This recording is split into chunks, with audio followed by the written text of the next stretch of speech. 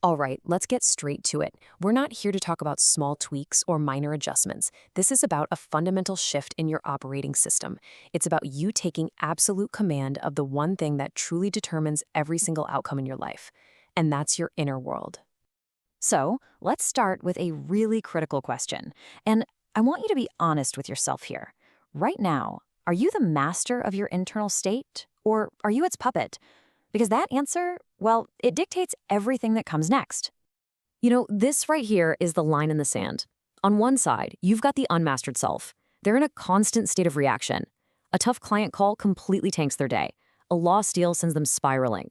But the mastered self, they feel the exact same pressures, but they choose their response. They don't try to suppress the emotion. No, they direct it. And that's because they understand this is the inner battlefield. And let's be crystal clear about something. Peak performers are not fearless. They feel the same doubt, the same frustration as everyone else. The only difference is who's in command. This right here, this is the end game. I mean, just think about it for a second. There is nothing more powerful in a high-stakes room than the person who stays calm, cool, and strategic when everyone else is losing their minds. That's not being indifferent.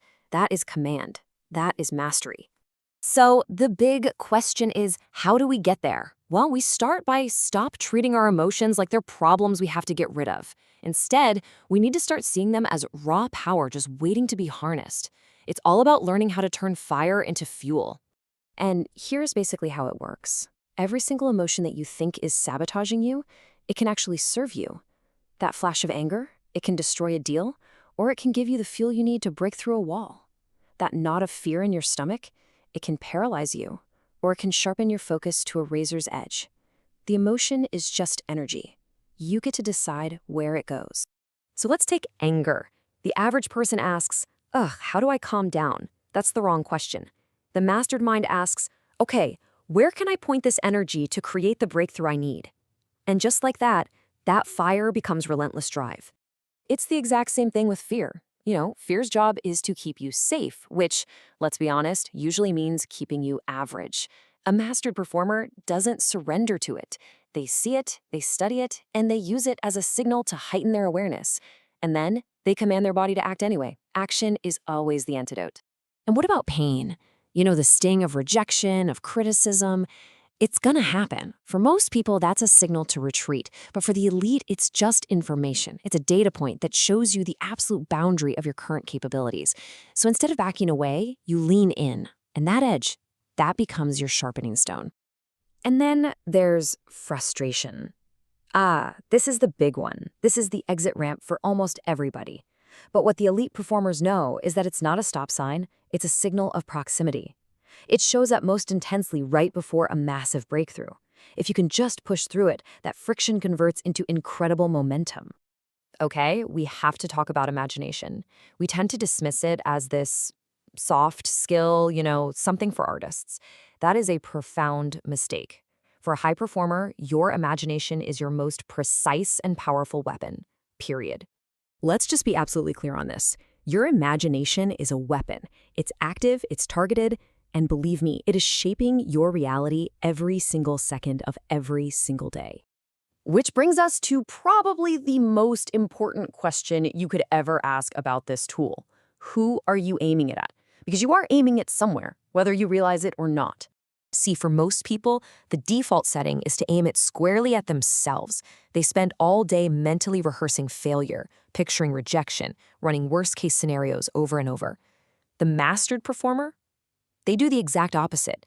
They use their mind as a training ground to rehearse success, with such vividness that it actually starts to feel like a memory. They decide the result long before they ever walk into the room. And this is the operational reality of it all. This is not philosophy. Your external performance is a direct reflection of the images you hold internally. If you see victory, if you feel victory, if you rehearse victory, your body, your language, your energy will all align to make it happen. Reality, eventually, has no choice but to catch up. So, what does this mean? It means you have to become a ruthless guard of your imagination. Every single breakthrough was imagined first, so you have to audit your inputs, the news you watch, the conversations you have, eliminate what feeds you fear, and aggressively seek out evidence of what is possible. This brings us to the final differentiator, You know, talent is common. Opportunity, it comes to a lot of people. But the thing that separates those who almost succeed from those who actually win, it's the simple, unglamorous refusal to stop. Persistence isn't some big, dramatic, heroic moment. No. It's making that 10th call after the first 9 went absolutely nowhere. It's waking up the morning after a massive failure, feeling that pit in your stomach and recommitting to the vision with the same fire you had on day one. And it's holding the standard for yourself and your team on the days when it would be so much easier to let it slide, on the days when it costs you comfort. That's what real persistence looks like. So here's the most powerful strategy for this. Decide in advance. Don't wait until you're tired and beaten down to decide if you're going to keep going. Decide now while you're clear-headed. Identify the exact conditions that make you want to quit, and then write down, right now, your pre-decided response. You just remove quitting as an option from the menu entirely. Okay, we've covered the frameworks, but theory without action is completely useless. So let's turn all of this into your operational protocol. Consider this your field assignment. This is your chance to install a brand new operating system. For the next 5 days, I want you to log and convert your emotions. Every single morning, spend just 3 minutes visualizing victory.